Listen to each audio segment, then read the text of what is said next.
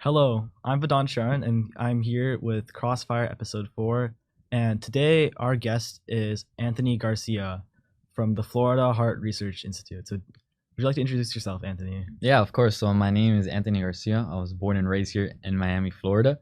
I'm a Florida Heart Research Scholar. I'm majoring in biological sciences at FIU, and I'm also president of a club called Healthy Hearts. We're promoting cardiovascular research, education, and we're also doing a lot of fundraisers for our community. All right, that sounds pretty cool. So, do you want to talk about like what inspired you to go into cardiovascular research? 'Cause it sounds like all the things you're doing seems to connect to Yeah, that. of course. So I do have like a common thing, which is cardiovascular. Yeah, So on my junior year of high school, like my grandma had open heart surgery, and that kind of really opened my eyes to the field of medicine because before that, I really didn't know what I wanted to do. So yeah, after that surgery, I really started pursuing like I shadowed doctors, I shadowed cardiologists, right. and I'm like, wow, I kind of really like this. So then after high school, I applied for a summer research internship at FIU. I was able to do cardiovascular research there. And then after I was able to apply for a program, Florida Heart Research Scholar, where I get provided funding for my research. So now I'm doing research under, Dr. Prasad's lab, where I'm studying cardiac patches Yeah. for patients. And I'm also now, like I said, president of Healthy Hearts, and now we're turning that into a nonprofit. So, what exactly is cardiovascular research? Like, I understand you're doing stuff with Yeah. hearts, but what does that look like on the day to day?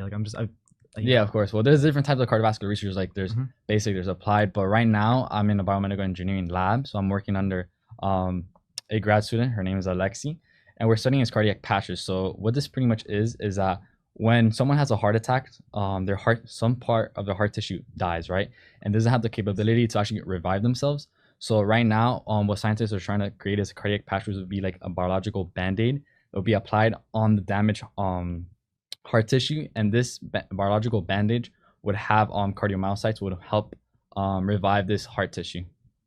Wow, that sounds pretty interesting. So, what can this? So, this could have pretty big impacts, right, for people if with your research. Yeah, it could have a really good impact. The only issue right now is that cardiac patches is not something new, it's been old, but the problem is that there's a lack of material. Certain properties of materials are not, for example, like the Right. heart needs has to be electroconductive, the materials to be electroconductive, has to be biocompatible. So there's been a lot of issues when it comes to the material. So that's why right now in my lab we're doing electrospinning. We're spinning certain amount of certain type of materials to see if we You're could trying mimic the testing heart each- tissue, Okay. and then testing if the cells can stay on that material.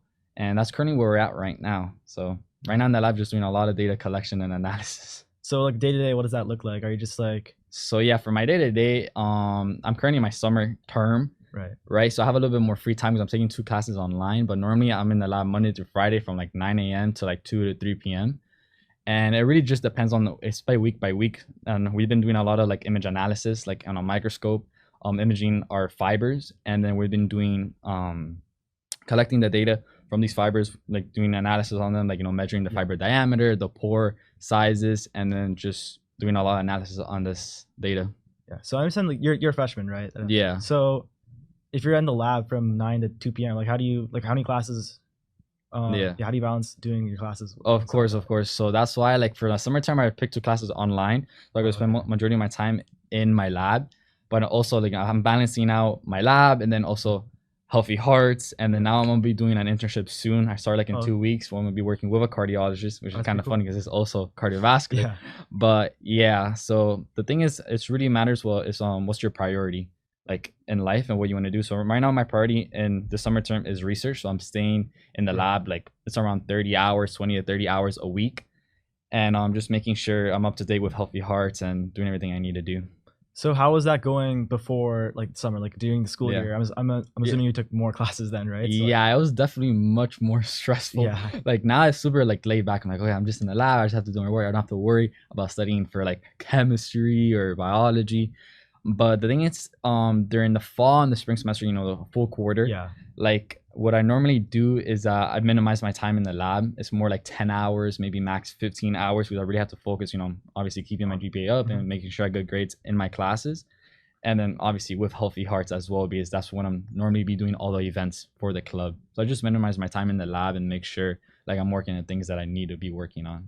Yeah, no, I completely get that. Like for me too, Yeah. like balancing all my classes and the clubs, like debate and stuff like that. Like during the year, it becomes it is really Yeah. challenging to do that. And I'm looking forward to relaxing a little bit more this summer. No, But yeah, yeah, and still, you're right. Like the summer is a better time to explore your interests. Like researching is pretty cool. I'm also, doing some internships and stuff like that. So yeah. that's really cool. So do you want to tell me more about some of the specific stuff you've done? Like I know what exactly is the Florida Heart Research Foundation, and like Yeah. what are you like? You got like a grant from that or something? Yeah, so it's pretty much how it works is that the Florida Heart Research Foundation is a nonprofit. It's a local nonprofit here, and they provide funding for cardiovascular research. But in FIU, they actually created a program which is the Florida Heart Research Scholars. So it's pretty much that after the SRI, which is a summer research internship, right? You could apply for this program where you're able to continue your research and get funding for your research. Right. It's really an incentive to continue doing cardiovascular research. So I was lucky enough, to be able to apply and get accepted. So it's pretty much a program that just gives me funding and makes it more easier, to do research Right. and just continue it. Wait, so what was that summer? What was that? Yeah, so it's called SRI, so summer research internship. It's at FIU, so it's open to high school students from juniors to seniors, and also first years at FIU and transfer students. So I really highly recommend applying for that program. Because So how's that like? Yeah. Okay, the program was really, really nice. Pretty much it's like 8 weeks. You're matched up with a mentor where you're doing research under them and you're working in their lab. At the end, you have a research symposium. So yeah, the program was really, really nice. The only thing that sucks is I wasn't able to fully complete it because in the last 4 weeks, I got sick. I got dengue fever. Oh wow. Yeah, so I was in the hospital for that amount of time. That does not sound very fun. Yeah. Yeah, but obviously I was lucky enough to still continue research, and now like I'm back full time in research. Yeah, I mean, it clearly must have impacted you pretty well considering how everything you're doing now is related to cardiology. So was it like I'm assuming it was a great like stepping stone to like get you to what you're doing now? Yeah, to be honest, it's just the community you have once you go into SRI. There's really a community of people that really want to help you and help you succeed. Because before that, like I already knew what research was. I'm in the pre-med track, so I'm like, okay, I know I have to do research, but what really is it? So having like just a community of people that are really out there trying to help you and be like, hey, this is a mentor that aligns with your interests, and they're always pushing you, connecting you with people. That's really nice. The network. I think the connections, connections I feel are very important. I've had experience with debate, like meeting new people and stuff like that. Yeah. And I can see, from that program, I'm sure you met a lot of people that you're gonna like, new like colleagues at FIU and stuff like that. Right? Yeah. So that sounds pretty cool. So you talk about your Healthy Hearts Club, right? You're the president of that. So what's that like? Of course. So Healthy Hearts, it was founded like last year. So I'm actually co-founder of Healthy Hearts because I'm really working right now to make it something very big. So right now we're in the process of making it a nonprofit. So last semester we did a 5K run in Miami. We were partnered with the Florida Heart Research Foundation, which is the nonprofit that also gives me money to be able to continue my research, and we're also partnered with our club. So we raised over $4,000 for them for the color run. And now for this semester, this semester is coming up, the fall, I'm leading like a pickleball tournament, like kind of charity event.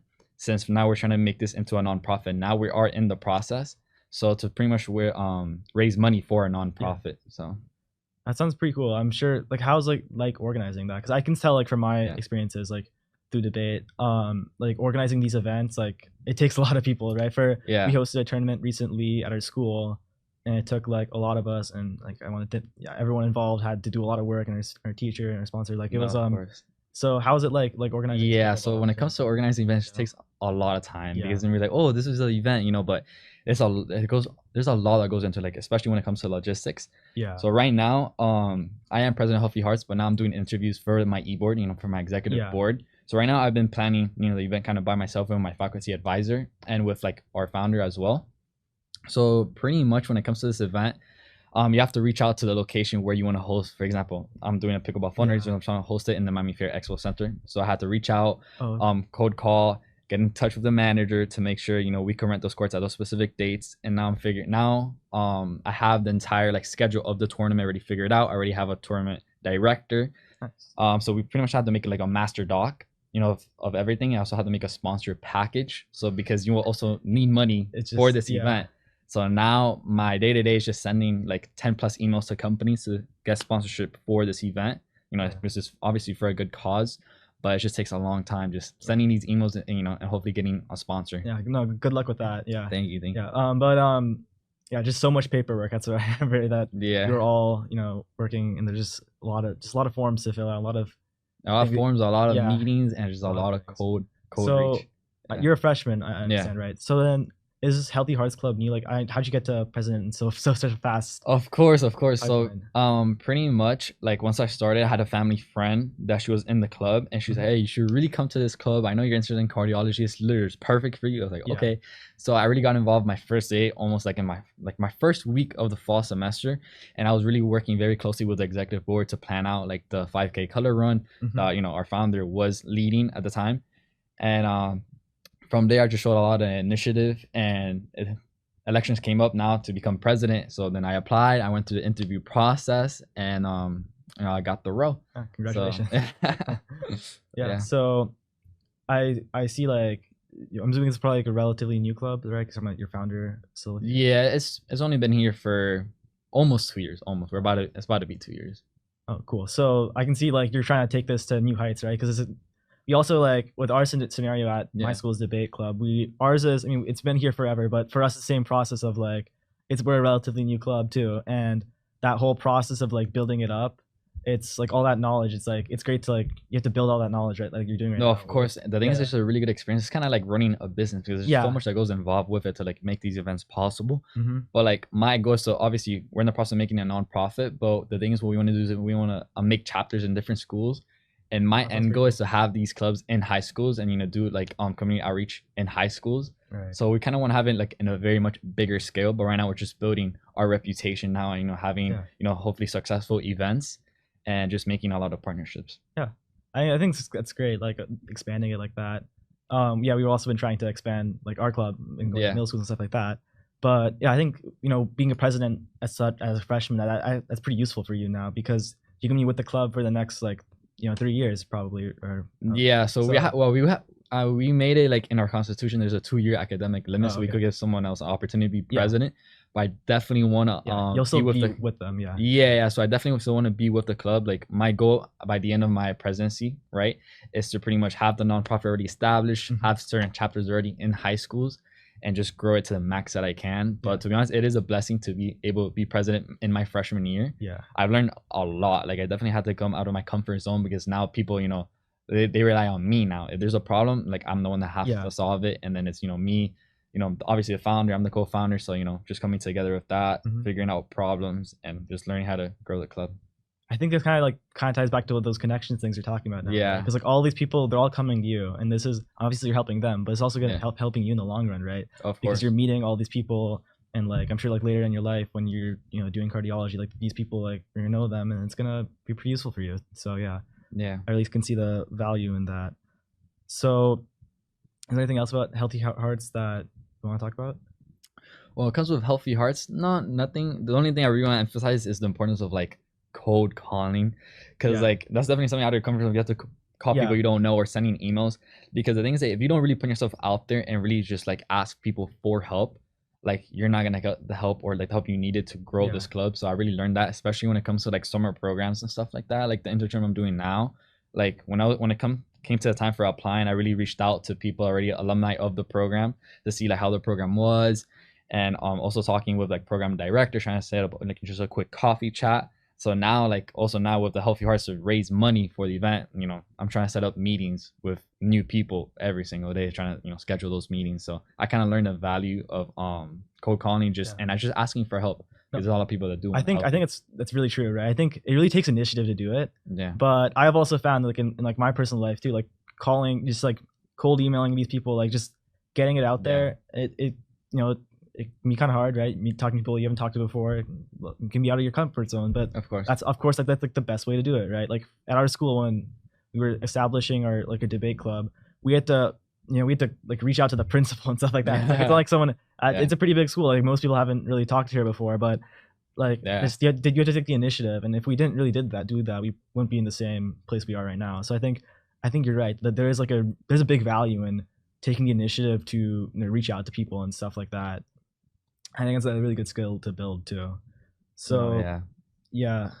So with Healthy Heart, it seems like a lot to manage, right? So how are yeah. you managing to do all this in your year while you're doing your research and you're doing your classes, and like how's that working in like your Yeah. school year? So I mean, normally how it works is that I go to my research lab, and then after, I'm just like I spend like 2 hours like kind of like planning out already the Healthy Hearts, but I kind of already did a lot of the hard work, with planning the event, like where we're gonna have the event, making the sponsor package, with the help of my team, Mhm. and then making the description, everything. So right now my day to day is just sending emails, right? So every day I just come back after my lab and I'm just starting to send emails and emails, and then I just go to the gym, come back, and then anything I have to do. I mean, we also launched I created a website for Healthy Hearts, so that was really really cool to have that. So I'm trying to establish more of a brand, make it look more professional now. Yeah. So yeah. How is that like when during like the spring semester and stuff like that when you still had classes? Yeah, with the spring semester is definitely much harder. Yeah. Right. That's why I'm taking advantage now of the summer, because to plan like an event like this in Yeah. the fall would be much harder. So now, That's true. and also I get especially it. like you need to give it like a good time frame to grab these sponsors, because you're not gonna get sponsors like in 1 month, right? Maybe if you already have the connections, but if you're starting off, like you need a lot of time to be able to build up, do the cold calls, the cold emails. So we're gonna have the event around October, like in fall, so around October. So they're giving us a decent amount of months to prepare and send out emails, and giving us the best chance of grabbing the most amount of sponsors we can for our event. So Yeah. I think you brought up a good point talking about like if you don't have the connections, it's hard to do it exactly. with less time. But the thing is like next year and the years after that, you guys are gonna have already met with these sponsors before, so Yeah, it's always gonna be easier. So it's gonna be a built connection already, and then so you can scale it up better. exactly. When it comes to a new event, we already have some rapport. So yeah. So I also since you're a freshman, like how is it like being a young person in these fields? I feel like when I think of like cardiology and like all these like intense medical things, I feel like there's a lot of older people involved, and like how's it like is being that's a good point. I understand you like the dynamic. Yeah. Well, if you're new into research, like when you see like kind of like your PI or like different PIs, it's kind of like scary. Like, oh damn, like this is like the PI of our lab, or like it's the doctor, it's a medical doctor. But sometimes you just have to realize, they're also just a person. Just communicate them normally, just have a conversation with them. Yeah. So like, sometimes it feels kind of hard to reach out to them and ask for help, or maybe ask questions, but they're always there, to always help you. And they just love students that show like initiative and always, asking for help, and just want to do better like in their own lab, or when it comes to like shadowing, sending emails, calling, like the doctor is gonna see that initiative. And I mean, I've been seeing more doctors now like in the area that are like more, they're in their 30s, the early 40s now. So I've been seeing more of a younger generation of doctors, so maybe you could relate more. So maybe to the older doctors kind of a little bit harder to relate, but it's still just important, like I said. I think this kind of ties into what you're saying earlier, right? But the initiative thing, it's that even though like you can kind of like scare you or whatever to be dealing with all these people that are much more experienced, have much more like like lived experience than you, but if you take the initiative and you're still like emailing them and calling them and stuff like that, even like if it might be more like scary for you to do that, then you're still able to do all the things time you just like you kind of lose that sense of like fear, like, or like rejection if they say no, because it's like, hey, there's just a normal person, I'm just asking for help, and if they can't, well, just have to ask someone else. That's fine. Like it's just if you're sending it out to all those people, then some of them are going to be bound to respond, and so it works out, right? Of course. So do you have any advice that you'd like to give for so I mean, definitely when it comes to like when it comes to college, I mean, I'm a first year at FIU. Something I really noticed, like maybe in my pre-med mentality, like, oh, I'm never doing like enough, like I need to do more, but I really realized the importance of just really choosing 2 to 3 activities that you're really passionate about, and just going all the way with them. Because what really matters, to be honest, is impact. It's not your title that you have. I'm like, I might be president of Healthy Hearts, but what's really gonna matter is the impact that I'm doing through the club. So to be honest, my advice is just picking 2 or 3 activities you're really passionate about, and just going all the way through and making the most amount of impact you can there, because impact is what matters. I can really see how much you're doing with cardiovascular stuff, and like I can see that you are creating these impact with like this pickleball tournament and stuff like that. So you're talking about more about the pre-med school. So like, what's that like? How's that pre-med track pipeline like? So obviously you have to take certain like prereqs. You have to do obviously your research, your shadowing, and stuff like that. But to be honest, pre-med, like the first 2 years might be a little bit hard, like when it comes to like taking your prereqs and balancing all your extracurriculars. But to be honest, like you do learn a lot, like when it comes to time management and choosing the extracurriculars that you are passionate about. Because if you spread yourself out too thin, you're not really gonna grow a lot. And like so that is something. But with being pre-med, I do feel like you have to like kind of stick to a certain like theme. Like for me, it's like cardiovascular, because I have a reason behind it. So I just feel like I was always like emphasizing like going with your passion, because they just want to see someone that's just being themselves. So, Yeah. So I can really see, I can see that all the passion That's funny. cardio, Uh-huh. cardio things. So, and then, so how does that like, I'm sure balancing that stuff. Yeah. Like I always thought pre-med is something like pretty Yeah. hard, right? Like, and you also got to study for like the MCAT or The right, too. MCAT, So yeah. how's it like balancing all those things? Yeah, I mean, it's definitely hard, like I was saying, like Yeah. during the fall and the spring. But it's just really managing your time just comes to like doing the things that need your attention like right now. And when it comes definitely to studying, like how I used to study in high school is much different how I study now. Like now, once I come out of a class, like in one of my science courses, for example, like physics, I'm studying that same day, just like reviewing that same doing practice questions. If it's just 1 hour every day, like of the material I just went over that day, it's gonna help out a lot. Instead of I just leave it all the way towards the end of that week, it's just gonna be so much material. Yeah. So I do save like a lot of time if I just spend a little bit of time every day. I'm Yeah. saving myself a lot of time and opening up a lot of time, you know, for my research. You know, spend time with my friends and my family, Yeah. obviously, because you know we gotta take care of the mental health. Yeah. But yeah. That sounds like pretty good advice that I don't really follow. But yeah, I can see like with your life, it's a lot busier with all these like in college. I really see how that matters more then. So I also heard that you were talking about some podcast type thing you want to start at FIU. Yeah, of course. So the program director for Florida Heart Research Scholars, right? We're actually working with her and one of my other like teammates. Her name's Triana. We're trying to create a podcast that's kind of focused on science communication, kind of breaking that barrier between like research and showing students at FIU and just students overall all around the world the importance of research and how it applies to our everyday life. So that's something we're kind of starting up right now, you know, and behind the scenes, you know, doing all the logistics. We already got the microphones, so we're trying to set up the place where we're going to record these podcasts and just, you know, preparing for like our theme for the semesters. So that sounds pretty cool. So yeah, is there anything else you'd like to add as we probably close to closing up? So no, I think that's good. Yeah. So yeah, that's all Anthony has. That's all we have for today. So thank you guys for tuning into Crossfire episode 4, and goodbye.